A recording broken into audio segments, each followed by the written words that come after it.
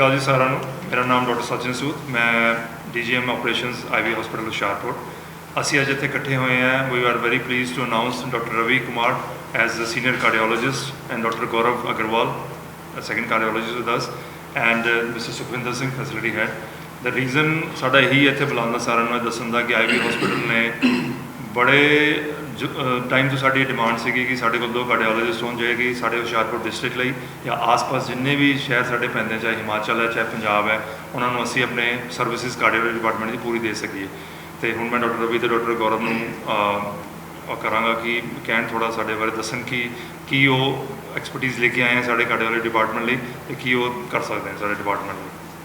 सत श्री अकाल, नमस्कार। मैं डॉक्टर रवि कुमार हूँ। मैं DM कार्डियोलॉजी 2014 में पास आउट हुआ, सो 10 साल का एक्सपीरियंस है। मैं पहले IV हॉस्पिटल में 6 साल काम कर चुका हूँ। उसके बाद हुशियारपुर में नारद हॉस्पिटल में 3 साल काम किया as a cardiologist and I have joined back IV hospital as a senior cardiologist. तो इस 10 सालों में हुशियारपुर में सर्विसेज प्रोवाइड किए एंड हम कॉम्प्लेक्स केसेस भी डील करते। हार्ट अटैक पेशेंट्स जिनको तीनों नाड़ियों में रुकावट हो, लेफ़्ट मेन नाड़ियों में ब्लॉकेज हो, ये सारे कॉम्प्लेक्स प्रोसीजर्स इस लास्ट 9 इयर्स में किए हैं। तो अपार्ट फ्रॉम जो हार्ट की नसों का प्रॉब्लम है, हम हार्ट फेल्यूर पेशेंट्स भी ट्रीट करते हैं, डायबिटीज़ हाइपरटेंशन पेशेंट्स भी ट्रीट करते हैं, और साथ में जिनकी दिल की धड़कन की प्रॉब्लम होते हैं उनमें हम पेसमेकर, AICD और CRT थेरेपीज़, डिवाइस थेरेपी से वो भी फैसिलिटीज़ प्रोवाइड करते हैं। तो इस बार हम 2 कार्डियोलॉजिस्ट है IV हॉस्पिटल में। मेन मकसद ये है कि round the clock 24/7 services provide करें ताकि जो भी हार्ट का पेशेंट हॉस्पिटल आता है वो बिना प्रॉपर केयर का वापस जाए। मैं doctor Gaurav Agarwal, consultant cardiology, recently 1 month back join किया है IUI Hoshiarpur with total 4 year experience in cardiology. इस तो पहला मैं हरियाणा में सीगा MMU हॉस्पिटल में, तो रिसेंटली इतने ज्वाइन किया है to provide full services 24/7 services provide करने वास्ते। जिदा कि सर ने दसिया है कि जी इतने हर एक प्रकार के कॉम्पलैक्स केसिस कर रहे हैं जिहदे विच कि एंजियोग्राफीज, नसां विच सुकड़न आना, स्टंट पाना, उस तो बाद किसी भी मरीज़ की दिल की धड़कन घटना, उहदे विच पेसमेकर पाना। उस तो इलावा एक नवा प्रोसीजर शुरू करन लगे कि असीं इत्थे कि वाल जिहड़ा सुकड़दा हैगा जिन्हों की माइट्रल स्टेनोसिस के नाम तो जाना जाता है, उन्होंने बैलून नाल बगैर वड्डे ऑपरेशन तो बगैर वाल रिप्लेस किए ਉਹਦਾ बैलूनिंग करना, तो उन्होंने वाल में खोलना। असीं रिसेंटली हुण असीं नैक्सट मंडे वो प्रोसीजर इत्थे करन जा रहे हैं। वो हार्ट अटैक का पेशेंट होता है, उनका इलाज जितना जल्दी हो उतना फ़ायदा होता है। हम 12 घंटे के अंदर अगर मरीज़ आए फिर उनका बेस्ट इलाज तो उस टाइम पे स्टेंटिंग होता है, क्योंकि नस जो बंद है वो जब से बंद होना शुरू होता है हार्ट डैमेज होता है। उस नस को हम खोलने की स्टेंटिंग करके खोलते हैं। तो विदिन 12 आवर्स अगर पेशेंट पहुंच जाता है ये प्रोसीजर रेकमेंडेड होता है जो हम प्रोवाइड करते हैं। इसके लिए हमारे पास पूरा कैट टीम है। 12 से 24 घंटे के बीच अगर मरीज़ आता है, अगर उनको दर्द हो रही है या BP कट है, ऐसे पेशेंट्स को हमें स्टेंटिंग कर सकते हैं।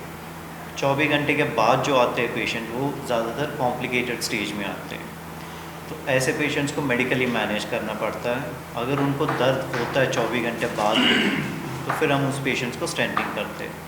ऐसे पेशेंट्स यहाँ से हम DMC या PJ भी भेजेंगे, इलाज तो सेम ही रहेगा, तो इलाज में कोई फ़र्क नहीं पड़ता। तो हमारे पास भी वेंटिलेटर्स है, ICU फैसिलिटी है, एनेस्थेटिस्ट अवेलेबल है, हम 2 कार्डियोलॉजिस्ट हैं। जो प्रोसीजर DMC में हो सकता है या PJ में हो सकता है वो हम भी यहाँ कर सकते हैं। सर जी कॉस्टिंग नहीं से कॉस्ट इफेक्टिव कितना कर सकते हो कि अक्सर देखा जाता है जो पेशेंट हार्ट अटैक होता है या तो वो चलता है या ज़्यादा जाता है। ਐਕਚੁਅਲੀ ਇਹਦੇ 'ਚ ਬੜਾ ਕੇਵੀਅਟ ਹੈ ਕਿ ਆਪਾਂ ਜਦ ਕਹਿੰਦੇ ਕਿ ਆਪਾਂ PGI ਪੇਸ਼ੈਂਟ ਨੂੰ ਭੇਜਦੇ ਹਾਂ, PGI is a government institution, ਉੱਥੇ ਦੇ rates versus if you go to DMC rates are totally different.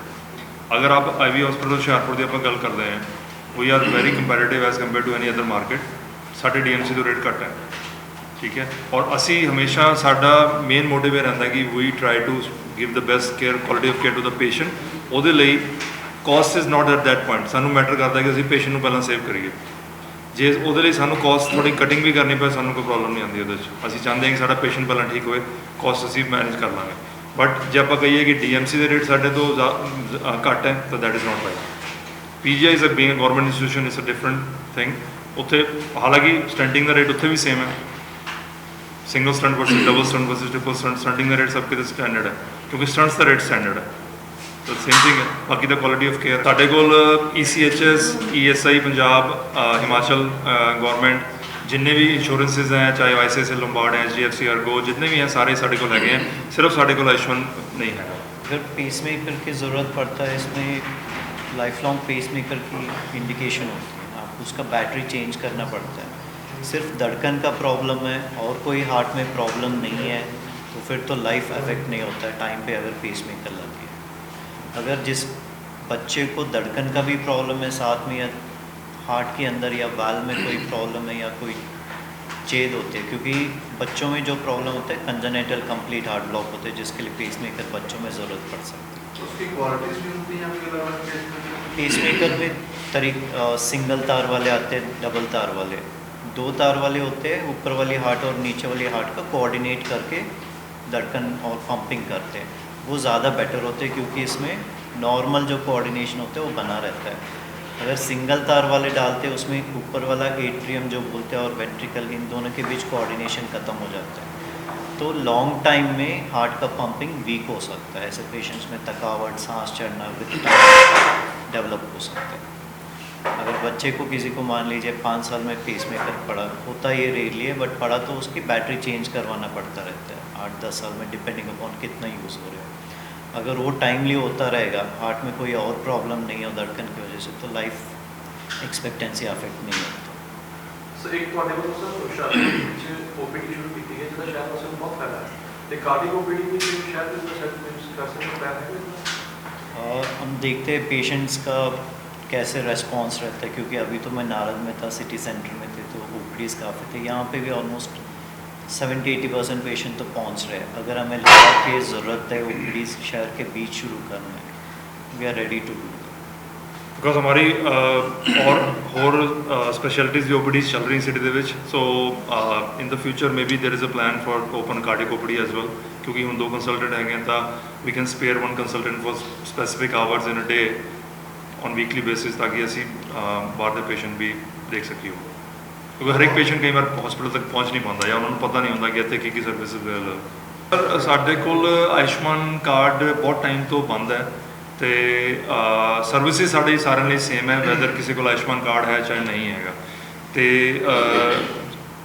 ਸਾਡੇ ਕੋਲ ਗਵਰਨਮੈਂਟ ਰੇਟਸ ਵੀ ਅਵੇਲੇਬਲ ਹੋ ਜਾਂਦੇ ਆ। ਕੋਈ ਪੇਸ਼ੈਂਟ ਕਹੇ ਮੇਰੇ ਕੋਲ ਇੰਨਾ ਇਨਫਰਾਸਟ੍ਰਕਚਰ ਹੈਗਾ ਜਾਂ ਮੇਰੇ ਕੋਲ ਇੰਨਾ ਪੈਸਾ ਹੈਗਾ ਤਾਂ ਆਪਾਂ ਉਸ ਹਿਸਾਬ ਨਾਲ ਵੀ ਦੇ ਸਕਦੇ, ਆਪਾਂ ਉਹਨੂੰ ਗਵਰਨਮੈਂਟ ਰੇਟਸ 'ਤੇ ਵੀ ਟ੍ਰੀਟਮੈਂਟ ਕਰ ਸਕਦੇ ਹਾਂ, ਤਾਂ ਕਿ ਸਾਨੂੰ ਇਹ ਕਿ ਪੇਸ਼ੈਂਟ ਨੂੰ ਟ੍ਰੀਟਮੈਂਟ ਮਿਲ ਜਾਏ।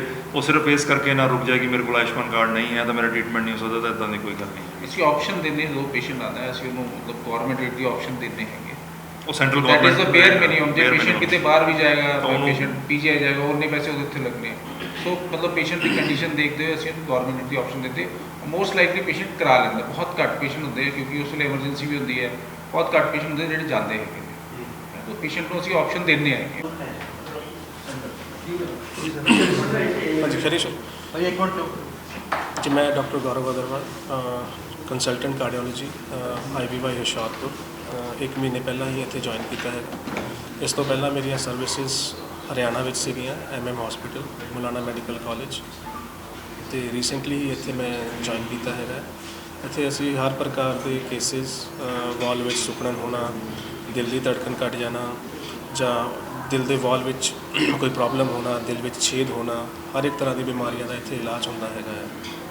ਸਟੰਟਿੰਗ ਦੇ ਰਾਹੀਂ ਹੁੰਦਾ ਹੈਗਾ ਆ, ਦਵਾਈਆਂ ਦੇ ਰਾਹੀਂ ਹੁੰਦਾ ਹੈਗਾ ਆ। ਇਹਦੇ 24/7 ਫੈਸਿਲਿਟੀਜ਼, ਕਾਰਡਿਕ ਫੈਸਿਲਿਟੀ ਇੱਥੇ ਸਾਡੇ ਕੋਲ ਅਵੇਲੇਬਲ ਹੈਗੀ ਆ, with best machines, with best team. नमस्कार, मेरा नाम डॉक्टर रवि कुमार वी। मैं सीनियर इंटरवेंशन कार्डियोलॉजिस्ट की पोस्ट पे ज्वाइन किया हूँ IB हॉस्पिटल होशियारपुर।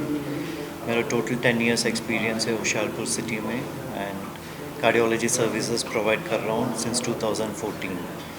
तो मैं पहले भी IB हॉस्पिटल में था and I have come back to IB hospital क्योंकि यहाँ का सेटअप, यहाँ का फैसिलिटीज़ बहुत अच्छे हैं। तो हम इस हॉस्पिटल में कार्डियोलॉजी डिपार्टमेंट में हर तरीके की हार्ट की प्रॉब्लम्स का इलाज प्रोवाइड करते हैं। हार्ट अटैक का मरीज़ जिनका दिल की नाड़ियों में रुकावट है, लेफ़्ट मेन नाड़ी में भी रुकावट है या तीनों नाड़ियों में ब्लॉकेज है, हम उनका इलाज कर रहे हैं। इसके अलावा जिनका दिल की धड़कन की प्रॉब्लम हो या हार्ट फेल्यूर पेशेंट्स हो जिनके लिए CRT मशीन की ज़रूरत है या ACD मशीन की ज़रूरत है, वो भी हम कर रहे हैं। साथ में हम OPD में हर तरीके का मरीज़, हार्ट के मरीज़ को हैंडल करते हैं। इसके अलावा डायबिटीज़ पेशेंट्स को भी ट्रीट कर रहे हैं। डायबिटीज़ का जो हार्ट की कॉम्प्लिकेशंस है उसका भी सर्विसेज प्रोवाइड कर रहे हैं। हमारी यही मैसेज है कि IV हॉस्पिटल होशियारपुर में कार्डियोलॉजी डिपार्टमेंट में full time 24/7 cardiac facilities available है, इंक्लूडिंग एमरजेंसी, एंजियोग्राफी और स्टेंटिंग।